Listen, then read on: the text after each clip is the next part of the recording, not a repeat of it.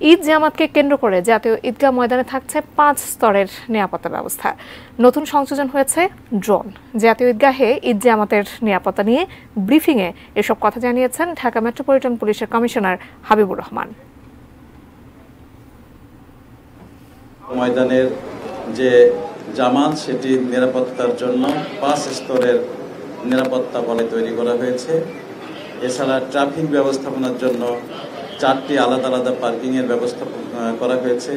কিছু কিছু জায়গায় রাস্তায় ডাইভারশন দেওয়া হয়েছে। কোনো দালাল ফড়িয়া চক্র যাতে এটিতে কোনো অব্যবস্থাপনা সৃষ্টি করতে না পারে সেজন্য পুলিশের পক্ষ থেকে ব্যবস্থা গ্রহণ করা হয়েছে এবং সকল থানাকেন্দ্রিক সেই ব্যবস্থাটি থাকবে। যে কোনো লোক এ ধরনের কোনো সমস্যার সম্মুখীন হলে আমরা অনুরোধ জানাচ্ছি তারা যেন সংশ্লিষ্ট থানায় যোগাযোগ করেন।